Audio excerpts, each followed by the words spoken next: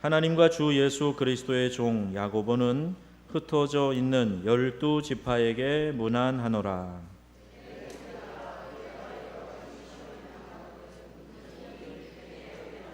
이는 너희 믿음의 시련이 인내를 만들어내는 줄 너희가 알미라.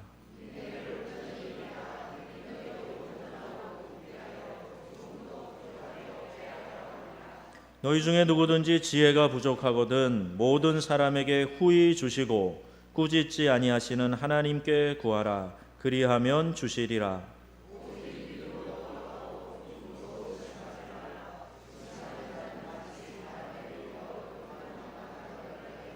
이런 사람은 무엇이든지 주께 얻기를 생각하지 말라. 두 마음을 품어 모든 일에 정함이 없는 자로다. 더위 어떻게 지내십니까? 날이 많이 더우니까 이상 증세도 많이 있는 것 같아요. 기계도 잘 고장나고.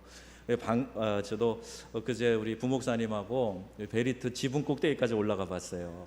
얼마나 땀이 나는지. 방금 갈아입은 옷을 입고 올라갔는데 옷에서 물이 뚝뚝 떨어질 만큼 땀이 나더라고요.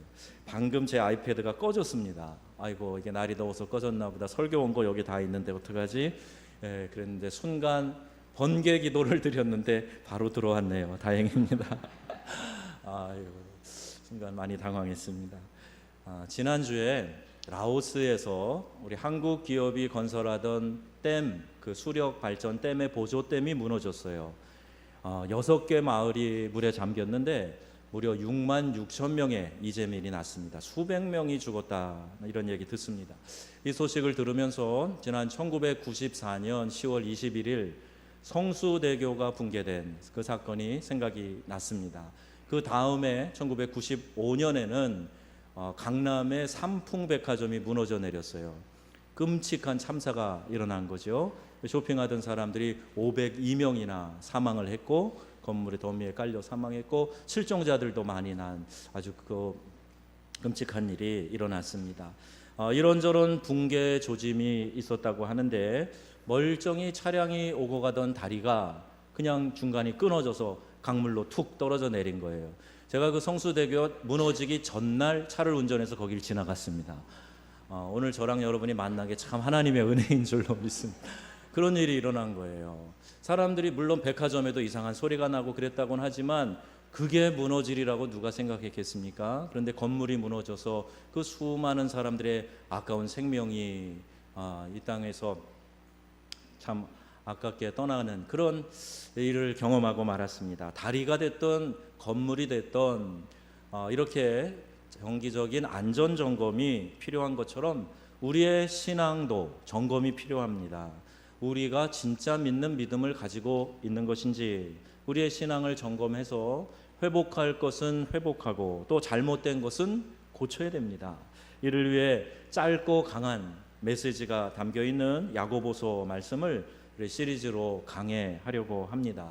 크로스웰 박사는 야고보서는 우리 문화의 이슈들에 대해서 조간신문만큼이나 현실적 관련성이 많다, 이렇게 이야기를 했어요. 마치 일간신문처럼 이렇게 우리의 삶에 대하여서 깊은 관련이 있다고 그렇게 이야기합니다. 야고보서의 저자와 수신자입니다. 1절 말씀 보면 하나님과 주 예수 그리스도의 종 야고보는 흩어져 있는 12지파에게 문안하노라. 야고보서도 편지이기 때문에 인사부터 나오는데 내가 지금 보낸다는 거예요. 야고보, 예수의 형제였던 야고보 사도가 흩어져 있는 유대인들, 디아스포라 유대인들에게 이 편지를 보내고 있다, 그렇게 설명합니다. 사실 야고보는 예수님의 공생의 기간 동안에는 예수님을 하나님의 아들로 믿지 않았습니다. 오히려 더 우리 형이 좀 문제가 있는 거 아닌가? 왜 저렇게 이상한 일을 하고 다니는가? 그런 의문이 더 많았던 것 같아요. 그래서 마가복음 3장에 보면 그 예수님의 혈육의 동생, 가족들이 어머니를 대동해서 예수님이 지금 설교하고 있는 곳에 나타나고 그들을 예수님을 잡으러 이렇게 나서기도 했습니다. 요한복음 7장에 보면은 그 형제들까지도 예수를 믿지 아니함이러라, 이렇게 기록하고 있어요. 그런 동생들 가운데 하나인 야고보가 예수님이 승천하신 다음에 이제 120명들이 마가의 다락방에 모여가지고 함께 뜨겁게 기도하고 성령의 불세례를 경험하지 않습니까? 그때 그 자리에 있었습니다. 야고보는 이제 사도로서 이 예루살렘 공회에 오늘로 말하면 총회장 같은 그런 역할을 감당했었고, 사도 바울과 같은 지도자들이 예루살렘에 가면 꼭 이 야고보 사도를 만나곤 했습니다. 유대인 역사가 유세비우스에 따르면 야고보, 의로운 의인 야고보 이런 별명이 있고, 또 낙타 무릎 야고보라고 그렇게 별명을 지었는데, 그가 얼마나 기도를 열심히 했는지 마치 낙타의 무릎처럼 딱딱하고 투박하게 그 무릎이 변해 있었다. 자, 이런 이야기를 전하고 있습니다. 처음에는 예수 형님이 미쳤다고 생각했을지 몰라요. 예수님이 하나님의 아들이시다, 구원자다, 주님을 배반할 바에야 차라리 죽음을 택하겠다, 이렇게 결단을 하고 끝내 사람들의 돌과 칼에 순교를 당하기까지. 야고보 안에는 무슨 변화가 일어난 것이었는가? 그에게 있어서 중요한 변화는 예수님의 십자가 죽음과 부활 사건입니다.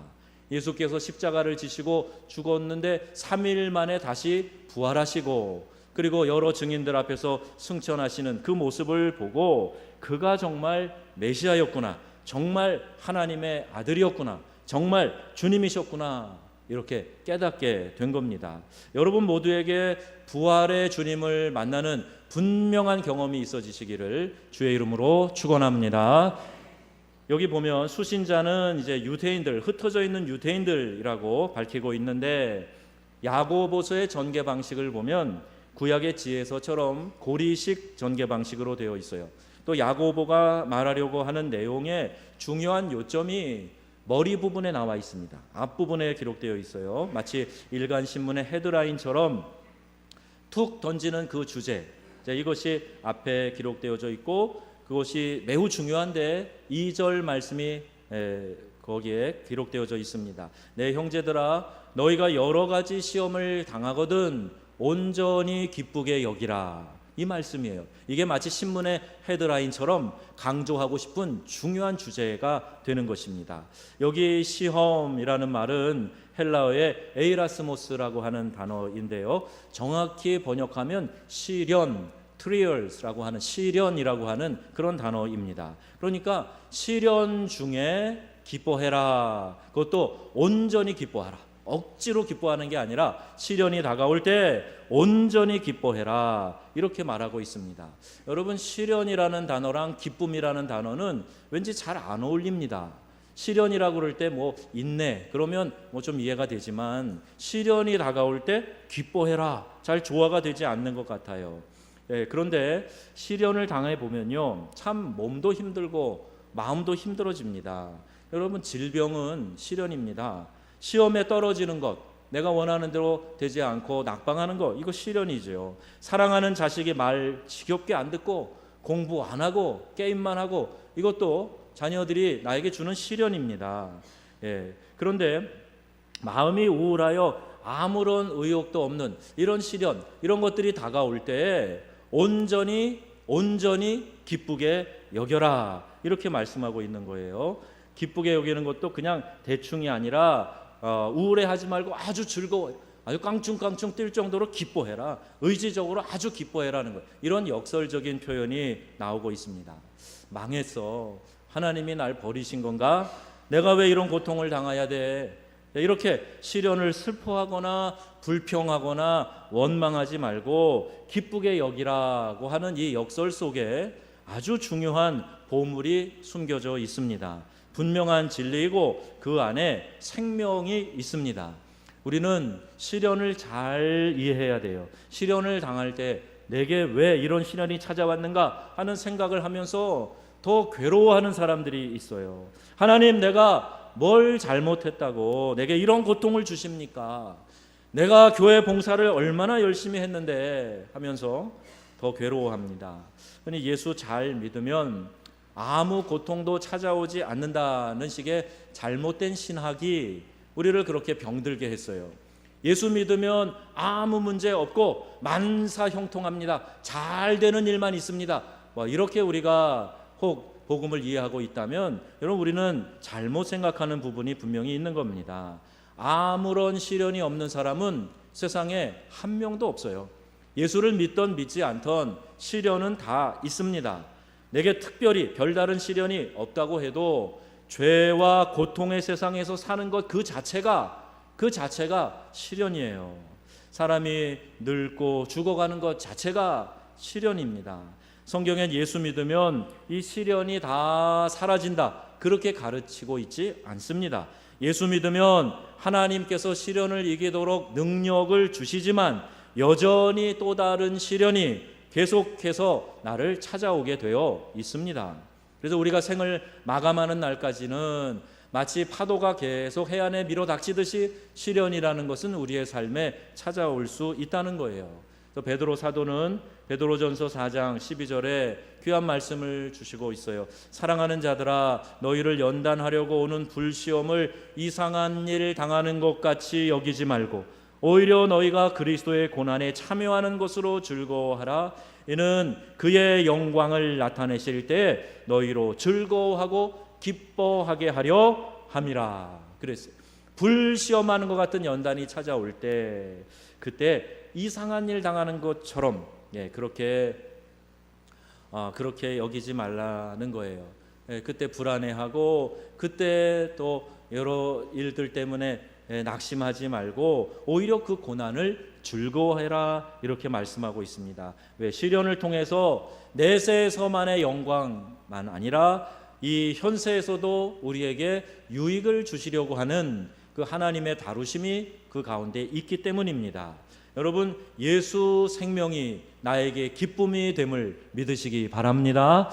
예수님을 제대로 알지 못하고 믿지 못할 때는 예수님이 바로 내 옆에 계셔도 나와 상관이 없는 거예요. 나랑 연결되어 있지 않기 때문에 아무 상관이 없는 거예요. 그런데 예수의 생명, 부활하신 예수님을 만나고 그 예수님을 나의 구원주, 나의 구원자, 나의 주님, Savior and Lord, 나의 구원주로 내 심령에 받아들이게 될 때, 영접하고 나니까 야고보 속에서도 예수의 생명이 흐르기 시작한 겁니다. 가난한 목수의 가정에서 내 육신의 형님으로 예수가 옆에 있었어요. 30세에 공생애를 시작하셨으니까 몇 살 나이 터울이 있다 그래도 30년 가까이 20여 년을 같이 살았어요. 내 옆에 놓고 보고 있었습니다. 그런데 예수를 하나님의 아들로 구원주로 영접하지 않은 그 순간에는 나와 아무 상관이 없는 그런 존재였어요. 그런데 부활하신 예수님을 통해서 예수의 생명이 내 안으로 들어오게 되니까 눈이 떠지고 그에게 이와 같은 깨달음이 생기게 된 겁니다.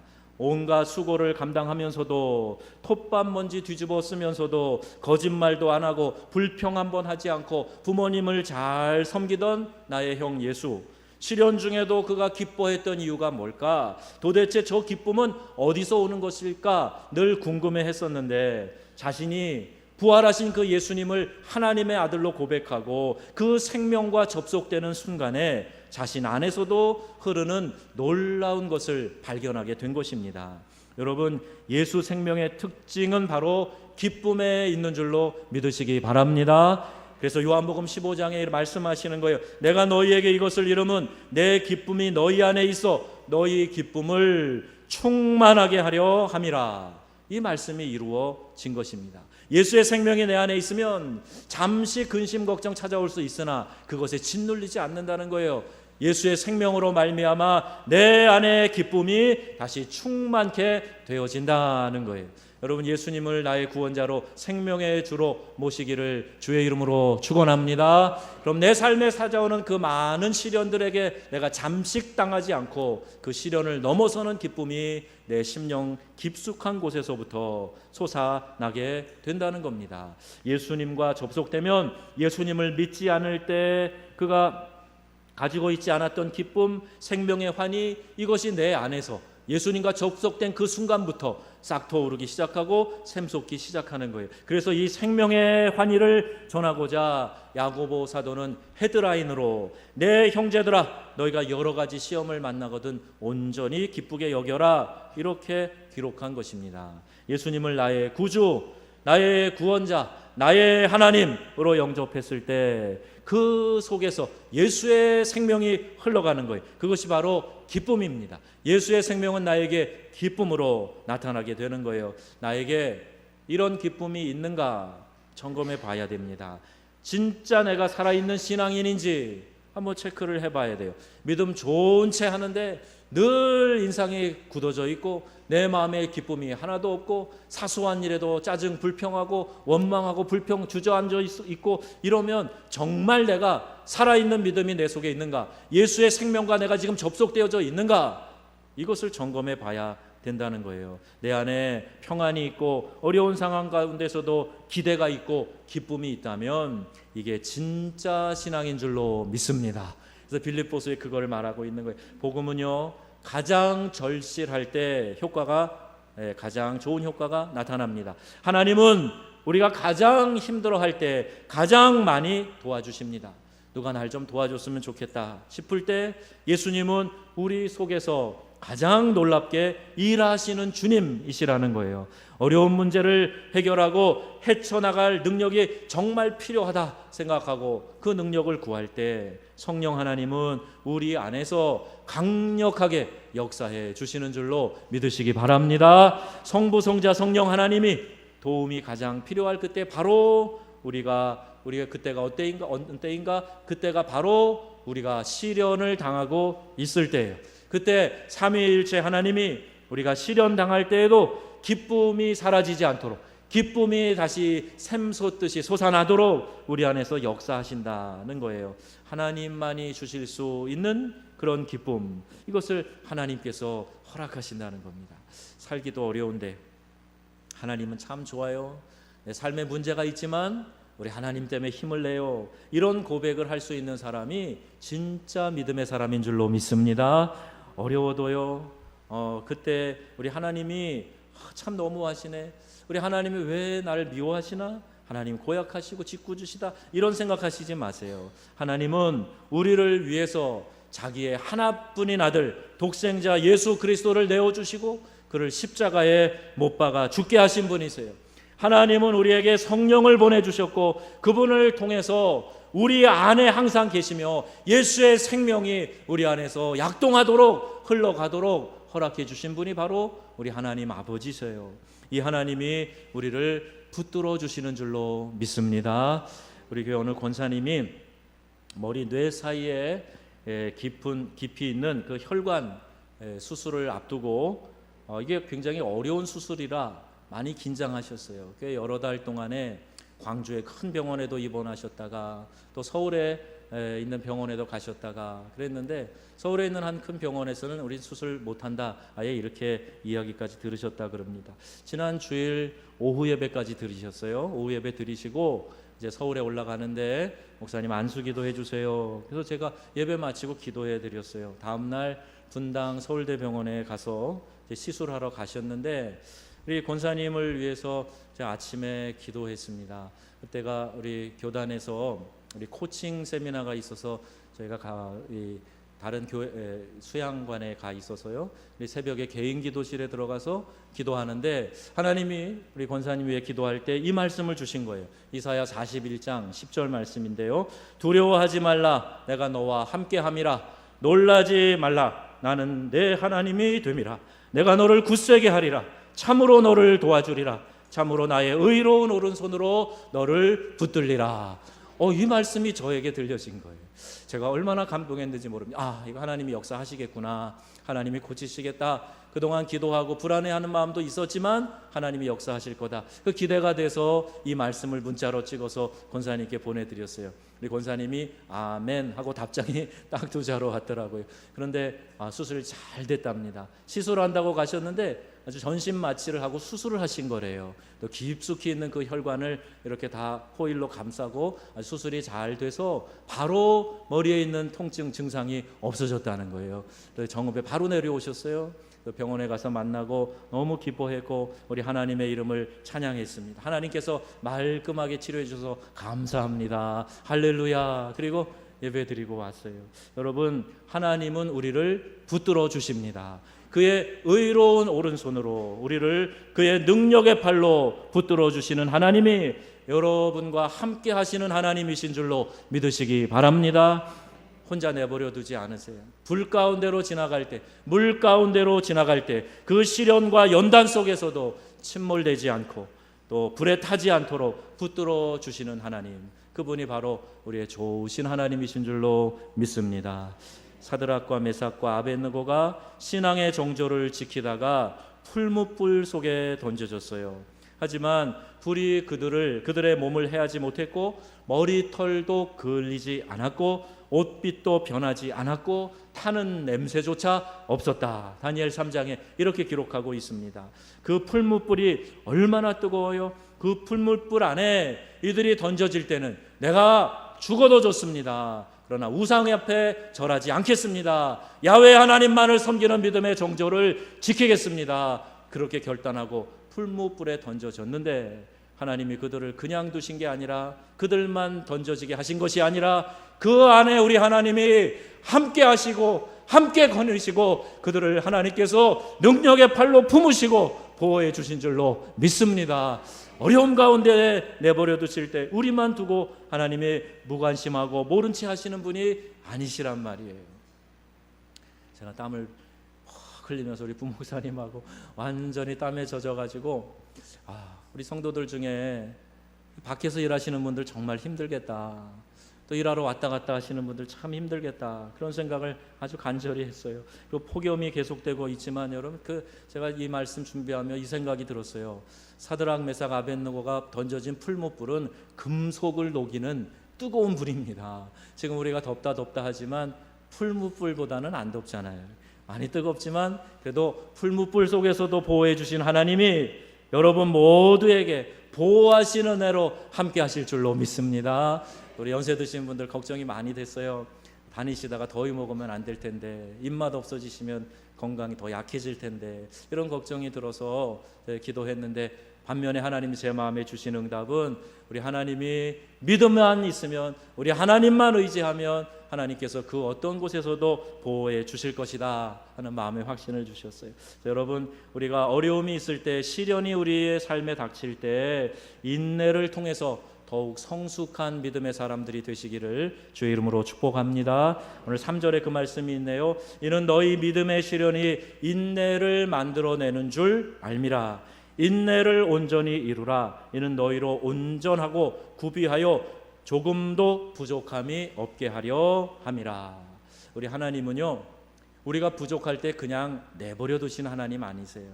어떻게 해서든지 더 완전한 성품으로, 인격으로, 신앙으로 자라나도록 우리를 계속해서 연단하시고 이끌어 가시는 그런 하나님이세요.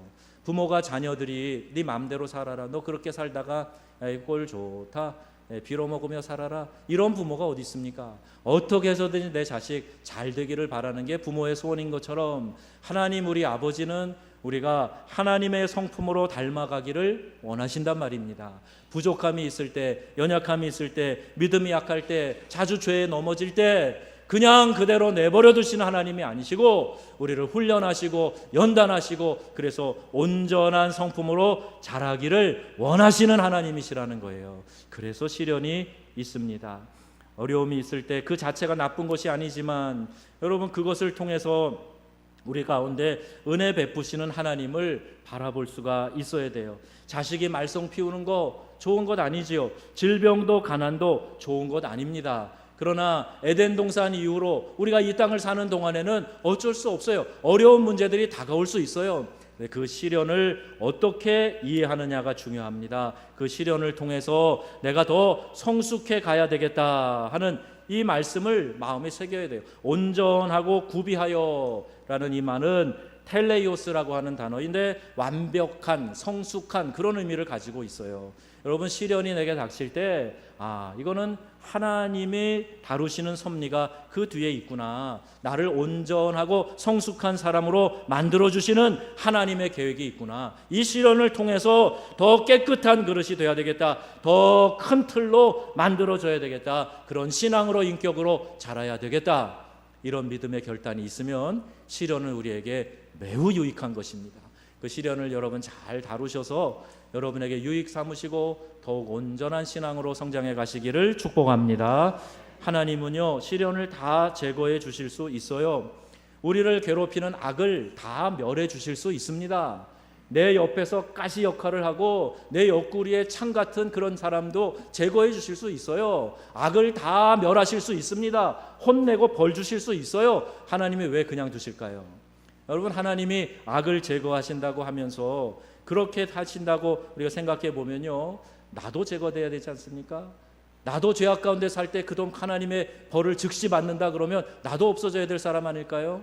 하나님은 인내하시는 거예요. 왜 그대로 남겨놓으시는가? 하나님께서는 나를 부수거나 망가뜨리지 않고 나를 바로 잡는 방법을 사용하고 계시는 겁니다. 불편해도 어려워도 그것을 통해서 내 신앙과 인격이 자라도록 만드시는 것이 하나님이시라는 거예요. 왜 내 상황을 빨리 회복시켜 주시지 않으십니까? 하나님 뜻이 계시고 계획함이 계셔서 여러분을 더 소중하게 생각하시기 때문에 상황을 해결해 줘서 편하게 만들어 주는 게 아니라 더욱 잘하거라, 더욱 성숙하거라, 더욱 온전해지거라, 하나님이 이런 마음을 가지고 우리를 다루고 계시다. 여러분, 이것을 믿으시고 더 넓은 그릇으로, 더 깨끗한 그릇으로, 더 큰 축복의 통로로 사용되어지시기를 축복합니다. 중요한 것은 우리의 선택의 몫이에요. 시련이 닥칠 때 사단은 이 시련을 통해서 우리를 죄짓게 하고 망하게 하는 겁니다. 그리고 하나님으로부터 멀어지게 만드는 거예요. 그런데 또 다른 길이 있습니다. 이 시련은 우리를 인내를 통해 성숙의 길로 나아가게 하는 거예요. 잘 선택해야 됩니다. 시련이 닥칠 때 믿음의 선택을 하셔야 돼요. 원망, 불평하고 이스라엘 백성들처럼 광야에서 불평하고 다시 되돌아가자 이렇게 얘기했던 것 같은 그런 불신앙에 빠지면 안 됩니다. 하나님이 나를 이렇게 하셨으니까 나 하나님께 삐질 거야 하던 열심도 안 하고, 하던 것도 안 하고, 예배도 제대로 안 드리고 내가 하나님 앞에서 삐칠 거야, 이게 미칠 노릇이에요. 여러분, 이렇게 하니까 자꾸 미끄러지는 거예요. 통과하지 못하고 믿음의 연단에서 우리가 더 성숙해지지 못하고 낙심하고 주저앉는 일들이 우리에게 있어서는 안 될 겁니다. 나는 하나님의 은혜 가운데 새롭게 될 것이다.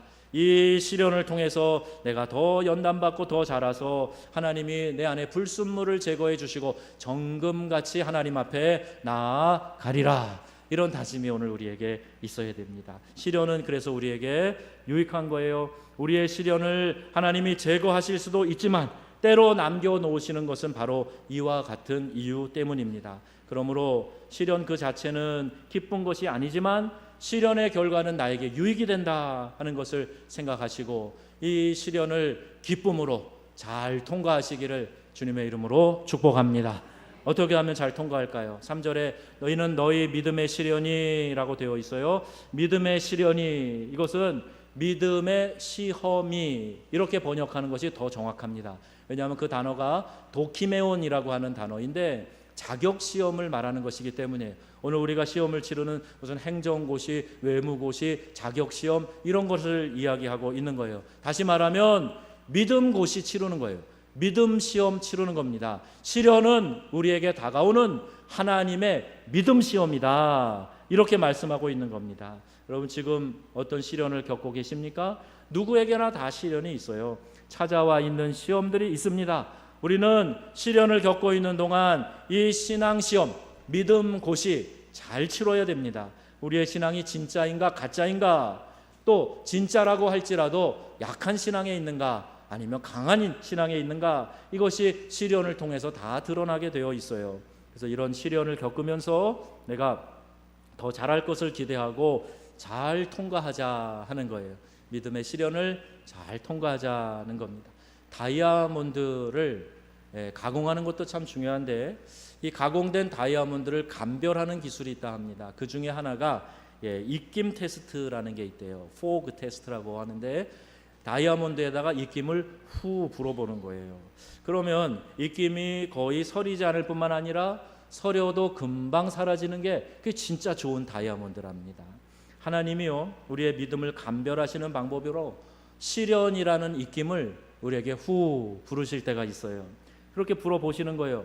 물론 하나님이 우리를 테스트해서 감별하실 이유가 없어요. 다 알고 계십니다. 그런데도 그렇게 하시는 이유는 우리를 위해서예요. 우리 자신이 우리를 좀 제대로 알라고, 착각 속에 살지 말고 네 믿음의 수준이 어디에 있는지 한번 정확히 알라고 우리에게 하나님이 시련의 입김을 후 불어넣으시는 거예요. 그럴 때 이것이 빨리 말라 사라지도록, 빨리 그 입김이 사라지도록 하면 그것은 내가 좋은 믿음을 가진 사람이고, 그렇지 않고 계속 거기에 젖어 있고 뿌연 안개 속에 있으면 그건 내가 진짜 살아있는 믿음을 갖고 있지 않은 것입니다. 혹 믿음이 살아있다고 해도, 진짜 믿음이라고 해도 너무 약해져 있는 그런 믿음이 되는 거예요. 시련 당할 때 어느 정도 인내하는지 하나님이 테스트해 보세요. 조금만 힘들어도 도망치고 포기하고 예수 안 믿는다, 교회고 뭐고 다 필요 없다, 믿어도 소용없다, 이런 믿음을 갖고 있으면 이건 진짜 믿음이 아니에요. 이건 가짜 믿음이에요. 그럴 가능성이 높습니다. 아이고, 그러면 목사님 내 믿음은 진짜일까요? 가짜일까요? 가짜 같은데, 이런 생각이 드시는 분은 혹시 잠깐 입김이 서릴 수 있다는 생각도 더불어 하시면 좋겠어요. 내가 진짜지만 잠깐 입김 서릴 수 있어. 시련이 닥칠 때 잠깐 내가 우울할 수 있어. 잠깐 내가 용기를 잃어버릴 수 있어. 잠깐은 낙심할 수 있어. 입김이 잠시 서리지만 그 다음에 진짜는 빨리 거기서 벗어나는 거예요.